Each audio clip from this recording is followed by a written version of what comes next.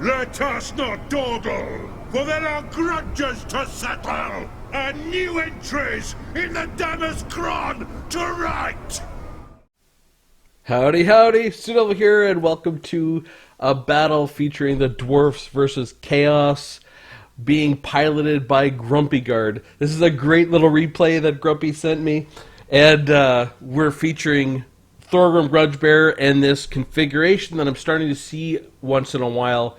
I can't remember who had done a configuration like this before, but this is just a very interesting way to set Thorgrim up for success. So against Chaos, Thorgrim isn't, I wouldn't normally bring him just in case you get Kolek Suneater, because he's anti-large and Thorgrim is large, but this, with even if you do with this configuration, it's not too bad of an idea, and that is bringing the High King, which has changed recently, which is now will go off on anyone with any morale. It doesn't have to be higher than 50%, and it's map wide. It's like a map wide buff of +8 melee attack, immune to psychology, +8 percent charge bonus, and +12% weapon damage if Thorgrim's hit points get below 50%. Along with this is this big buff in 55 meters. Like, you look how big this buff is. This is crazy. 55 meters buffs everybody. Essentially, anyone anywhere near Thorgrim gets this +9 melee attack, which is really huge for Dwarfs. And he has chosen to go with Stand Your Ground. The other one is much cheaper, -27 melee defense. I can't remember. Can't remember exactly what it is, but Stand Your Ground has a leadership as well. And so this really puts the question is, if you leave Thorgrim for the entire fight, the whole army gets +9 melee attack. If you attack him, the whole army gets this +8 melee attack. If you do the worst of both worlds, where you attack him to below less than half health and you can't finish him off, then the whole army gets, essentially around him, gets +17 melee attack. So it's a really interesting configuration. Alongside, he's got a super elite build, and Shetland, I saw Shetland Apache do this a couple of times to great effect as well, which is a really interesting idea, and it's to take advantage of these buffs. And my Vampire Count build is something like this as well, and I have Thorgrim in that build too. And really, he has a Peak Gate Guard, really 63 melee attack with the buff, and they do armor sundering and magic damage. Really amazing stats. He has just a regular group of hammerers here. He has the Norgrimling's Ironbreakers, which are an amazing unit, and in the back he has a Grumbling Guard, which will have 45 melee attack, 51 melee defense, and they're going to help everyone with that vigor buff. And for his Runesmith, he brought the Runesmith, which an ability that is just on its own, it doesn't seem too good, which is Forge Fire plus 10% armor piercing damage. But if you can hit everybody and be pretty constant about it, it can eventually get there in terms of value. And when you're hitting the Peak Gate Guard, the Grumbling Guard, and the Hammers, you can really get some value out of that Forge Fire. But it's a very niche pick, very niche pick. Of course, he does have Rune of Wrath and Rune, which is awesome. And he also has the Rune of Negation, because that could hit all the units within that zone. And lastly, for his leadership, he has a Thane.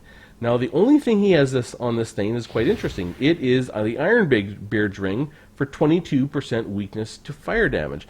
Now, as you'll note here, there's nothing that does fire damage.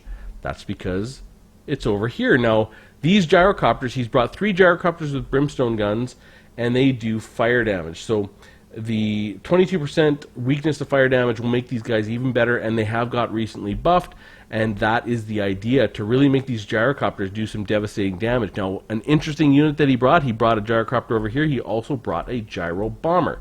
Now, the gyro bombers they do put quite a bit of missile damage, and they can fire while moving. They are really, really micro-intensive. I think they have 11 bombs. They're really hard to control, but that is his army. Very elite, and really trying to take advantage of that buff radius, kind of out to there, and get everyone together and make a blob. It's sort of like it's a dwarf Death Star, and but it is what it is. Tournament legal build. I really do like the way he's put this together. Armor sundering and the vigor aura. The leadership. Who do you focus down on this build, and where do you focus? Now, for the Chaos build, very much a classic Chaos build, He has 4 units of Chaos Marauders just to come out front and take the punishment. He has 6 units of Chaos Warriors with great weapons. So not a tournament legal build, but I mean, these Chaos Warriors with great weapons are pound for pound the best armor-piercing infantry in the game, custom built to beat down Dwarfs. They are extremely good. He has 3 Chaos Chariots. Like, this is a nightmare build. 3 Chaos Chariots to come in against the Dawi. And for his leadership, he has Sigvald.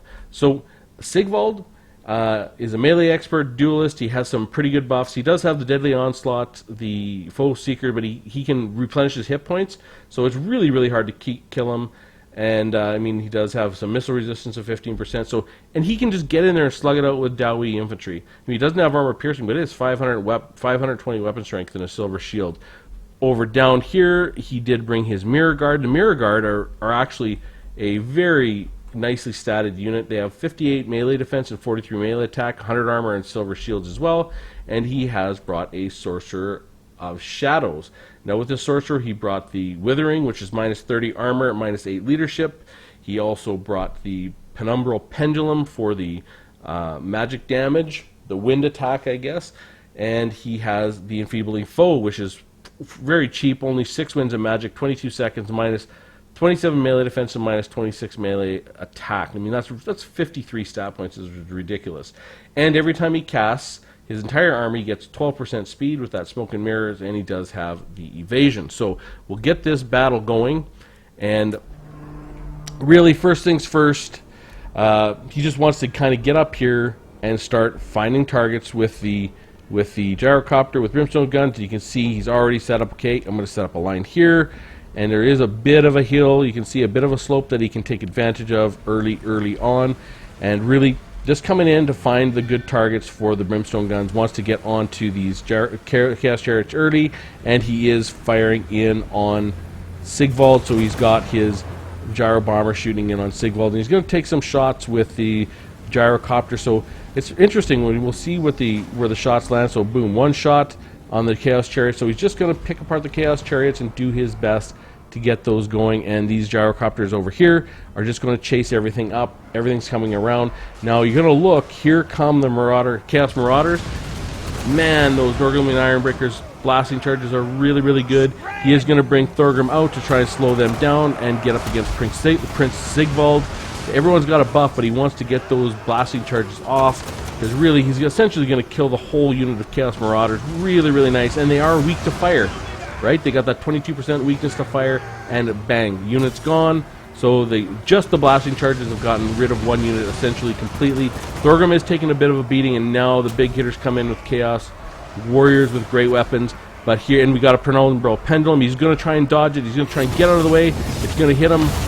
Well, not too bad, but now it is time to fully engage with his army. So he's got his Norgulmian Ironbreakers in here. Thorgrim is still taking a beating, but if you look, he's really close to actually proccing that ability. He's down to 3,300 hit points, and he's sort of getting beat down. Now it's time to bring in the rest of his army and start beating down these Chaos Warriors with great weapons. He's got his gyrocopters. They're just chasing down these Chaos Chariots, trying to finish them off, slowly whittling them down. Now they're coming in on the hammers.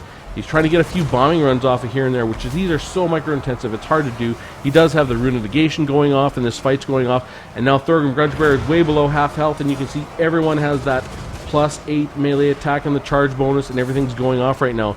He's still shooting in on the chariots, and now he's got this chariot down, and they are weak to fire. Like you can see, they're coming in, they get close to that Thane, they're going to be weak to fire damage, so they're going to do even more damage. So they've really destroyed this one Chaos Chariot, 427 health, and gotten rid of it. In this pocket where Thorgrim is fighting, I mean, you're looking at these, what are these, Peak Gate Guard, 71 melee attack, because they have both of Thorgrim's buffs. The Thane, 62 melee attack. This is crazy. Norgulmian's Ironbreakers, 53 melee attack. 63 melee attack for these hammers. Now these guys only have, they have both of the buffs. That 55 meter buff is so good. And you can see, now he's going to get Thorgrim the heck out of dodge. He's going to bring him across the map and try and get him to safety. And this is perfectly safe for him to be around the Mirror Guard. And he does have the Rune of Wrath and Rude going off on that Mirror Guard. And we do have back here Chaos Marauders. They're going to do very, very little to Thorgrim, so he can safely sit back there and fight. And he's buffing up his entire army. And I mean, this is just, you can see these guys are all getting this intense, insane buff from Thorgrim, because now he's got both buffs running on half his army. So these guys are sitting at a massive... Oh, and he gets in a beautiful rear charge here with the Gyrocopters with Brimstone guns. Immediately routes to Chaos Warriors with great weapons. Beautiful, beautiful play there by Grumpy. Fantastic. You know, and he's trying to get some bombing runs off with this Gyro Bomber. It is not so easy, but he'll see if he can get a shot in. Boom! A lot of damage with that bomber, but... you know, like you can see this little ball here. It's just like an intense ball of death, where the really everything over here is getting. See, yeah, these guys are getting blown up by the gyrocopter. With, I mean, the Brimstone, the bomber rather. He's coming back for another bomb. He's just going back and forth, circling everything.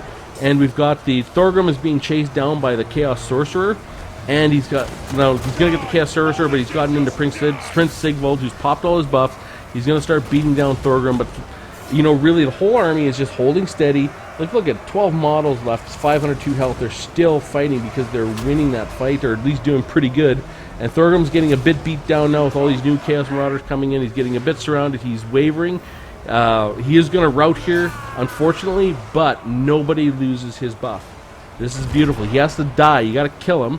And now he's sort of wiggling his way through this line.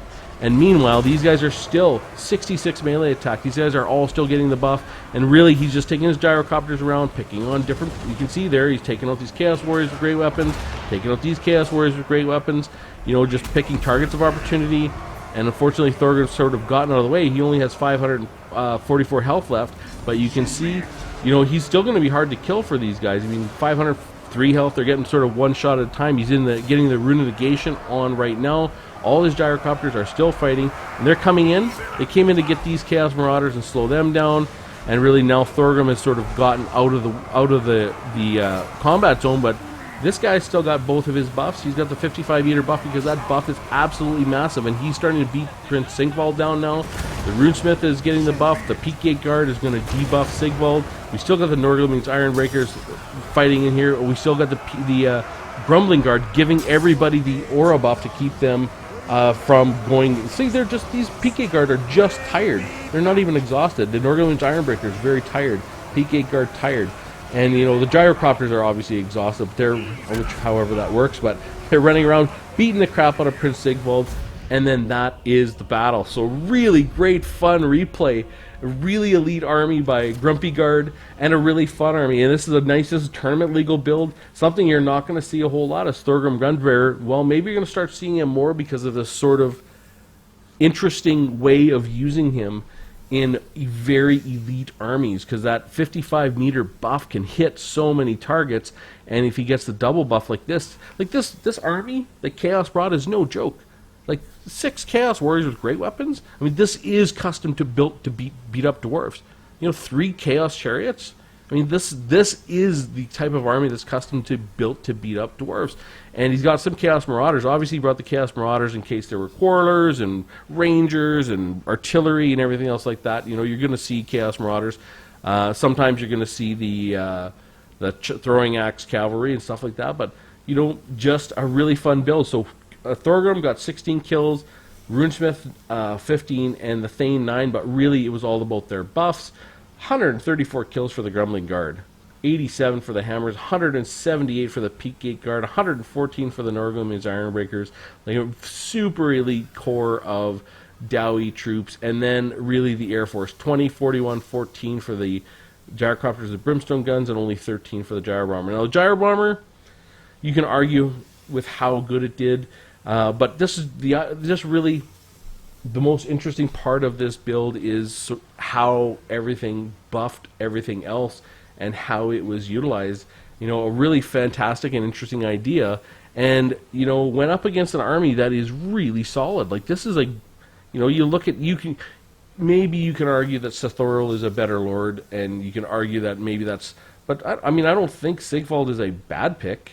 You know, in this, because he can just get in there and wail on dwarf infantry for the entire match. You can see he would barely been touched until the very end of the match, and you bring in a cheap sorcerer, and that's what he did. And that's a pretty cheap combination for those two.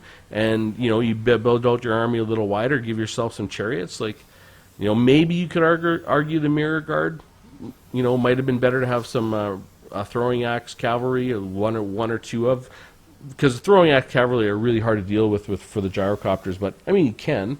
But anyways, really love the build. Fun game to watch. And you know, if we see more of these super elite Dowie builds coming out, this is really good because there's more than one way for sort of the Dowie to there's more than one way for the Dowie to tackle an army. You know, in my guide and in you know, many people talking about builds, you usually sort of want in that 15 unit range so that you don't get surrounded, with the exception of builds like this where you don't mind getting surrounded because of your buff range and you're going to really build that Death Star. And the Dowie Death Star is pretty strong, with the ability to go and get things with the gyrocopters is obviously not too bad. So great fun game. Love the build, and I would love to hear from you guys in the comments. You know, I always ask for comments because I love comments so much. I love the discussions that happen in these videos. And even if you're just stopping in to say hello, I love all the comments, and I look forward to each and every one. So I'd love to hear your thoughts about this build from Grumpy Guard, which I loved watching the game. I loved, you know, just a little rear charge in the end, the way he used the synergy between the Thane and the gyrocopters to make the gyrocopters more effective and not necessarily a ground unit or artillery. You know, really, really fun way to put a build together. So with that said, I will see you soon.